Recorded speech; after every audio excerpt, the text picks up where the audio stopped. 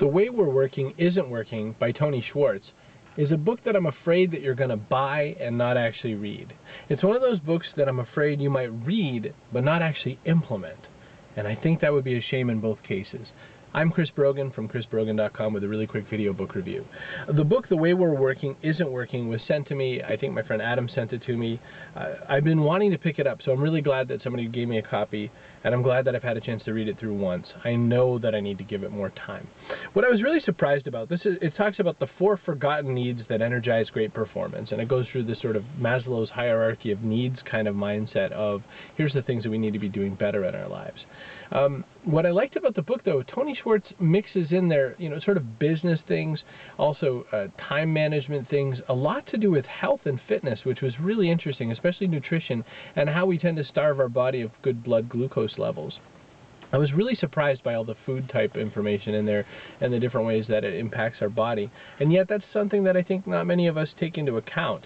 It was also funny, of all days to get through this book, I went back and looked through some parts of it. One was talking about the sumo diet, which is to say that a lot of people skip breakfast just because they forget or they get too busy and they don't get any kind of food till lunch, which is a great weight gaining method because it changes your blood levels and it sort of regulates things differently.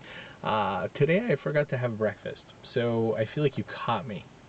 I want to give you 4 pieces of advice that Tony Schwartz had given in the book that also came along on a little piece of paper. One was to take a true break every 90 minutes and recharge. He says that we're being made to work like computers, and that's not how we work. We tend to work like human beings, and we're being asked to sort of go non-stop without any real breaks.